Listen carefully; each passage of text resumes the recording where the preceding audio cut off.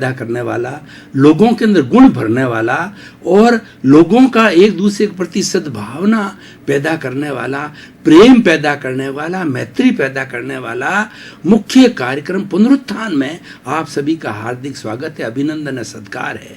पुनरुत्थान एक ऐसा कार्यक्रम है जिसमें प्रतिदिन नए नए ऐसे विषयों के साथ हम प्रस्तुत होते हैं जो प्रतिदिन हर एपिसोड जो है इंसान को एक नई शिक्षा देता है।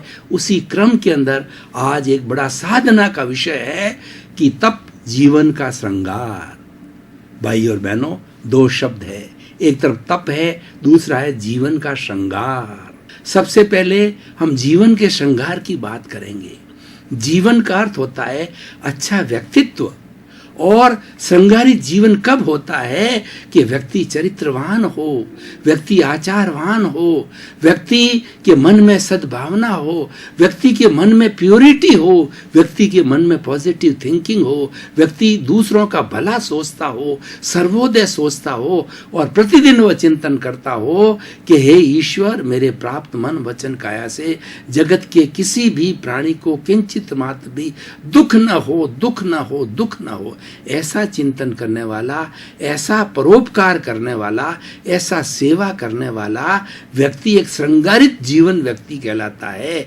जीवन का श्रृंगार बाहर के ऑर्नामेंट पहनने से नहीं होता है, वह तो बाह्य श्रृंगार है, उसका भी महत्व है, लेकिन जो भीतरी श्रृंगार है उसका अधिक महत्व है, क्योंकि हमारे अच्छे अच्छे गुण, हमारी अच्छी अच्छी शिक्षाएं, अच्छे अच्छे विचार भीतर से आते हैं। इसलिए भीतर की शुद्धि होने का अर्थ होता है कि जीवन का श्रृंगार होना, और वही व्यक्ति पूजनीय होते हैं जिनका की जीवन श्रृंगारित होता है। सादा जीवन उच्च विचार वाले व्यक्ति होते हैं और हर क्षण वो ऐसा जीवन जीते हैं कि उनके संपर्क में जो भी आता है उनको शिक्षा देने वाला होता है। उनकी वाणी के अंदर जो है वो बहुत बड़ा पराक्रम होता है और वाणी के माध्यम से लोगों को वो अच्छी शिक्षा देते हैं, अच्छा इंसान बनाते हैं, लोगों के अंदर सद्भावना पैदा करते हैं, मैत्री पैदा करते हैं, अहिंसा की भावना पैदा करते हैं, करुणा की पैदा करते हैं। ये तो हो गया जीवन का श्रृंगार। अब दूसरा तप। तप का अर्थ होता है, वैसे बोलचाल की भाषा में होता है तपस्या, और तप जो है शोधन करने से होता है। तप का अर्थ होता है तपना, और तप से क्या फलित होता है? शोधन फलित होता है। दो तरह की प्रक्रिया होती है। एक प्रक्रिया होती है नियंत्रण की प्रक्रिया। नियंत्रण की प्रक्रिया बाह्य प्रक्रिया कहलाती है। यह नियंत्रण जो है पुलिस के द्वारा, सरकार के द्वारा, समाज के भय से और किसी भय से बाहरी नियंत्रण किया जाता है। पाप का भय दिखाकर, धर्म की जो है वो भावना में बहाकर, ये बाहरी नियंत्रण है। उससे व्यक्ति जो है वह सत कार्य करता है और किसी तरह किसी के प्रति अन्याय नहीं करता है और समाज के अंदर वो गलत कार्य नहीं करता है। लेकिन ये पॉसिबल कब होता है कि भीतर शोधन होने से होता है। देखिए, हमारे यहाँ दो तरह की पैथी चलती है, एक एलोपैथी होती है और एक हमारी नेचुरोपैथी होती है या आयुर्वेद है। ये आयुर्वेद, नेचुरोपैथी और सिद्धा यूनानी, ये जब से सृष्टि बनी है तब से ही हमारी प्रकृति से जुड़ी हुई ये दवाइयाँ हैं, प्रकृति से जुड़ी हुई हमारी पैथीज है, हमारी जो है वो शारीरिक जो अच्छा करने की व्यवस्था है। लेकिन उसके साथ अभी लगभग जो है 50-100 साल के अंदर विकसित हुई एलोपैथी। एलोपैथी क्या करती है कि यह रोग को तुरंत दबा देती है और हमको लगता है कि हम ठीक हो गए हैं, लेकिन एक रोग को दबा करके दूसरे रोग को उभार देती है। तो ये एक तरह से नियंत्रण हो गया। लेकिन नेचुरोपैथी जो है हमारे भीतर जितना मल पड़ा है, आयुर्वेद जो है वो वात, पित्त और कफ के माध्यम से हमारे भीतर जो मल पड़ा है उस मल को बाहर निकालती है। और मल शारीरिक मल भी होता है, मन का मल भी होता है, वचन का मल भी होता है। ये मल का बाहर निकलना जो है ये तप कहलाता है। ये शोधन की क्रिया से होता है। भारतीय संस्कृति के अंदर तप को जो है वो कुल 12 भागों में बांटा गया है। 6 भाग तो बाह्य तप के हैं और 6 भाग जो है भीतरी तप के हैं। पहले मैं बाह्य तप से चलता हूं, जो कि नियंत्रण का काम करता है, वह भी शोधन करता है। नियंत्रण भी बाह्य शोधन है, लेकिन बड़ा लाभ होता है भीतरी शोधन से।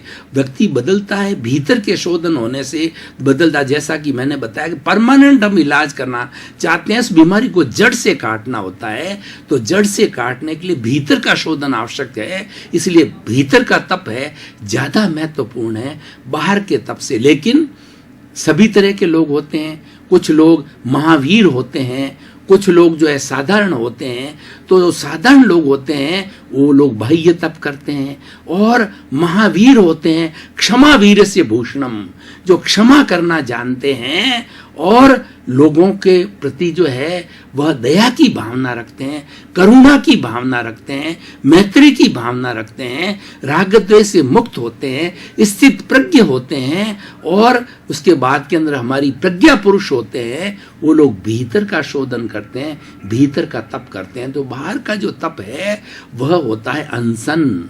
अनशन का मतलब होता है उपवास, 2 दिन का उपवास, 4 दिन का उपवास, 6 दिन का उपवास, और अधिकतम 6 महीने का उपवास होता है। इससे क्या होता है कि हमारी इंद्रियां शिथिल होती है, हमारे शरीर के अंदर शिथिलता आती है, लेकिन आत्मिक शक्ति बढ़ती है। तो उससे इंद्रियां हमारी कंट्रोल के अंदर रखती है, हमको कामुक नहीं बनने देती है, वो शिथिल हो जाती है। तो ये हो गया अनशन। उनोदरी, उनोदरी बहुत छोटा सा तप है, लेकिन बड़ा महत्वपूर्ण तप है कि अपनी भूख से थोड़ा सा कम खाना। अगर आप भोजन खाने बैठे हैं, आपके 5 रोटी की भूख है, कुल तृप्ति होती है, 4 रोटी खाते हैं, तो ये उन्नोदरी है और बहुत बड़ा तप है और बड़ा मुश्किल भी है। भूख लगी हुई हो और आपको कहें कि नहीं 1 रोटी कम खाइए, बड़ा कठिन है उस वक्त में कंट्रोल करना। तृप्ति नहीं होती है, लेकिन तप करने वाला है वह तृप्ति के लिए नहीं करता है, वह शोधन के लिए करता है, आत्मिक लाभ के लिए करता है। उनोदरी, भिक्षाचरी, भिक्षाचरी का अर्थ है कि हमारी टेबल पर 50 आइटम पड़े हैं, तो सारे 50 आइटम को हम टच ना करें, उसके ऊपर संयम करें, 2, 4, 5, 10 आइटम लेकर के, और जितना हमारी जो है भोजन की आवश्यकता होती है उसको हम पूर्ति करें। ये भिक्षाचरी कहलाता है। और उनसन, उनोदरी, भिक्षाचरी, रस परित्याग। देखिए, दूध, दही, घी, तेल, मिठाई, मधु, ये सब 6 विगय कहलाते हैं। और इन विगय से जो है हमारे शरीर बलिष्ठ बनता है, हष्टपुष्ट बनता है, वीर्य बढ़ता है। लेकिन हमें अपने आप पे नियंत्रण करने के लिए कि हमारे के अंदर जो है वो मैथुन की भावना न आए, हमारे में कामुकता नहीं आवे, उन्माद नहीं आवे, तो इनमें से जो है वो अनशन, उनोदरी, भिक्षाचरी, रस परित्याग, इन रस में से हम किसी एकाध रस का ही उपयोग करें, 2 का करें, 3 का करें, सारे 6 रसों का हम उपयोग नहीं करते हैं, नहीं करें। उससे क्या ये तप होता है। तो अनशन, उनोदरी, भिक्षाचरी, रस परित्याग, काय कलेश। काय कलेश का शब्द अनशन करना, ये हमारी काया का श्रम करना, हमारी काया को श्रम कराना। और हम आसन करते हैं तो ये परिपूर्ण काय क्लेश होता है। जितने पक्षी होते हैं उनके बैठने का जो पोज होता है वो इंसान के लिए आसन बन गया। व्यक्ति उस आसन के अंदर बैठता है, हर आसन के अंदर लाभ है। उससे हमारे मसल्स होते हैं वह बहुत ही नरम हो जाते हैं और मुलायम होते हैं। उससे हम बॉडी को कैसे भी जो है वो घुमा सकते हैं। जितने एथलीट्स होते हैं, ये क्रिकेट खेलने वाले, वॉलीबॉल, कबड्डी वाले, उनके लिए अनशन बड़ी काम कीजिए। वैसे अनशन हर एक प्राणी मात्र के लिए काम का है, मनुष्य मात्र के लिए प्राण का है। उससे हमारी जो है डक्टिलिटी बढ़ती है, हमारे मसल्स के अंदर जो है मुलायम नरमी आती है, सॉफ्टनेस आती है। तो इसे काय क्लेश और प्रतिसल्लीनता, प्रतिसल्लीनता मतलब हमारी 5 इंद्रियां जो रस लोलुप होकर के, जो कामुक होकर के, या हमारे जो बाहर के जो रस है उनको लेने के लिए तैयार होती है, उस पर नियंत्रण करना। इंद्रियां बाहर जा रही है, उसको भीतर की ओर खींचना है, ये प्रतिसल्लीनता। ये तप हो गए 6 बाहर के तप। ये जो फ्रेशर्स लोग होते हैं और जो कि मध्यम वर्ग के लोग होते हैं और उनसे भीतर का तप नहीं हो सकता, ये बाहर का तप करते हैं। हम भीतर की ओर जो अधिक विकास करना चाहते हैं, जीवन को बहुत बड़ा संघारित करना चाहते हैं, एक अच्छा जीवन करना चाहते हैं, संयममय जीवन करना चाहते हैं, उनके लिए भीतर के तप की हम बात करते हैं। तो भीतर का जो 7वां तप है वह है प्रायश्चित। देखिए, प्रायश्चित एक ऐसा सुंदर तत्व है हमारी भारतीय संस्कृति के अंदर कि हमारे के द्वारा कोई पाप हो गया, हमारे द्वारा किसी को कष्ट दे दिया गया, हमारे द्वारा किसी कीड़े मकोड़े को मार दिया गया, किसी प्राणी की हमारे द्वारा हत्या हो गई, तो हम प्रायश्चित करते हैं कि ये मेरे द्वारा बहुत ही गलत कार्य हुआ। 84 लाख जीवा योनि के प्राणियों को मैं निर्दोष मानता हूँ, निर्दोष घोषित करता हूँ, और 84 लाख जीवा योनि के प्राणियों से, मेरे मन से, वचन से, काया से, करने से, करवाने से, अनुमोदन से किसी को किसी प्रकार का कष्ट हुआ हो तो मैं क्षमा याचना करता हूँ।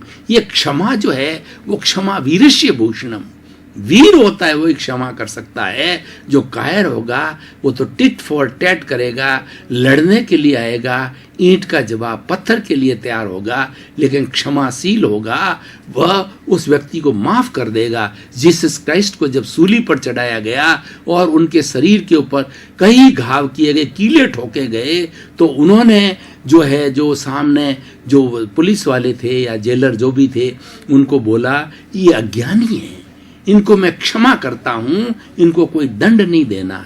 देखिए कितना बड़ा क्षमा, कितना वीरता का काम है। तभी आज जीसस जो है एक गॉड के रूप में पूजे जाते हैं। भगवान महावीर क्षमाशील थे, बड़े बड़े भगवान कृष्ण क्षमाशील थे, भगवान राम क्षमाशील थे, तभी आज पूजे जाते हैं।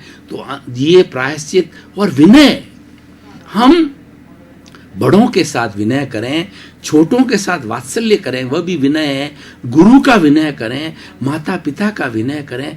विनय का अर्थ होता है अहंकार का विसर्जन करना, अपने आप को कर्ता नहीं मानना। कोई भी कार्य कर रहा हूं मैं उसमें निमित्त हूं, मैं उसमें से संजोग हूं, मैं उस कार्य को करने वाला नहीं हूं। क्योंकि कार्य करने वाली व्यवस्थित शक्ति है, जगत नियंता व्यवस्थित शक्ति है। उसको चाहे भगवान कहो, चाहे उसको 6 द्रव्य कहो जो कि इस जगत को चलाने वाले हैं, लेकिन उसके नियंता व्यवस्थित शक्ति है। और वो कर्ता मैं नहीं हूं, कर्ता व्यवस्थित, मैं तो ज्ञाता दृष्टा हूं, मैं तो निमित्त मात्र हूं। जो कुछ काम किया मैंने निष्काम कर्म के माध्यम से वो किया जाए, तो ये हो गया विनय, प्रायश्चित, विनय। वैयाव्रत, वैयाव्रत का मतलब होता है साधु है, सन्यासी है, महात्मा है, परोपकारी है, जो कि समाज को ज्ञान देते हैं, समाज को अच्छा बनाते हैं, और वो परमात्मा के रूप होते हैं, महात्मा होते हैं। उनकी सेवा करना, उनको कोई न कोई सुविधा देना, जो असन मतलब उसके लिए उनको भोजन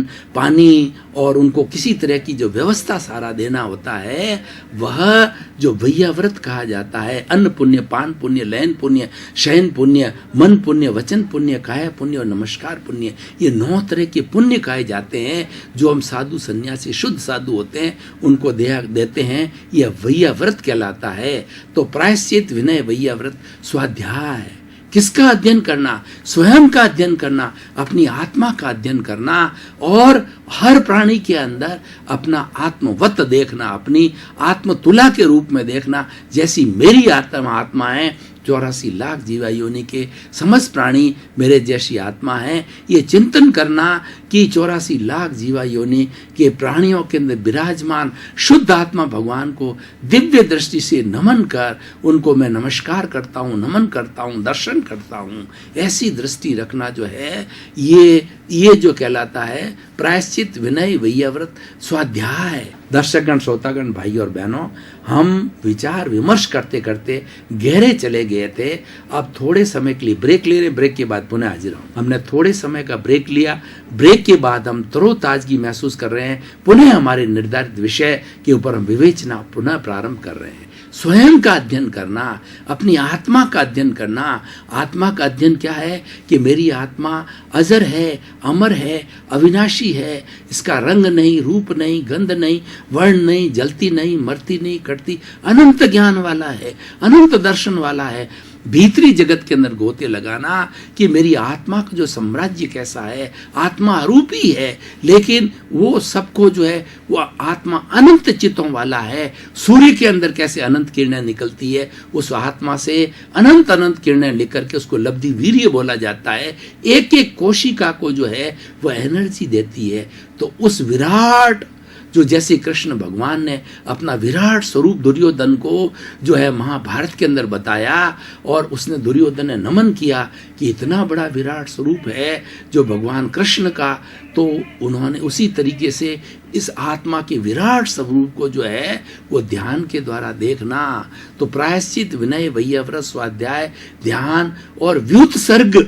व्युत्सर्ग का मतलब ये है कि धीरे धीरे हमारी बॉडी के अंदर रहते हुए भी वो जो है विदेह होना, बॉडी का भान, राजा जनक विदेह कहे जाते हैं। बॉडी का भान भूलना, कायोत्सर्ग करना, काया का उत्सर्ग करना, और शरीर की सारी प्रवृत्तियों को धीरे धीरे छोड़ना, और एक समाधि वर्ण के रूप में जब शरीर जीर्ण हो जावे, क्षीण हो जावे, तो मृत्यु को जो है आलिंगन करना, मृत्यु को निमंत्रण देना, और बड़े आराम के साथ मृत्यु की गोद के अंदर चला जाना। ये जो है तो प्रायश्चित, विनय, वैयाव्रत, स्वाध्याय, ध्यान और व्युत्सर्ग। तो भाई और बहनों, दर्शकगण, श्रोतागण, ये 12 तरफ के तपों की मैंने संक्षेप के अंदर विवेचना की। इन तप से क्या होता है? शोधन होता है, व्यक्ति की वाक शुद्धि होती है। शरीर की शुद्धि तो बहुत ही प्रासंगिक है, वह तो एक बाई प्रोडक्ट के रूप में मिलती है। वाक शुद्धि होती है, मन की शुद्धि होती है, चित्त की शुद्धि होती है, और आत्मा की शुद्धि होती है। तप करने से क्या तपता है? क्या तपता है कि हमारी आत्मा के साथ में कर्मों का हमने अनादि अनंत काल से जो 84 लाख जीवा योनि में भटकते भटकते जो है हमने कई कर्मों का बंधन किया है, किसी को दुख दिया है, किसी के साथ दोष किया है, किसी की हिंसा की है, उन सब कर्मों का जो चिट्ठा है वो कार्मण शरीर है। तो हम कोई भी तप करते हैं तो तप इस कार्मण शरीर को लगता है। कैसे लगता है? जैसे हमारे को दूध गर्म करना है, भगोले के अंदर हमने दूध डाला और नीचे अग्नि लगाई, तो पहले भगोला गर्म होता है और फिर दूध गर्म होता है। अगर सीधा दूध को जो है अग्नि पर हम डाल देते हैं, अग्नि बुझ जाएगी।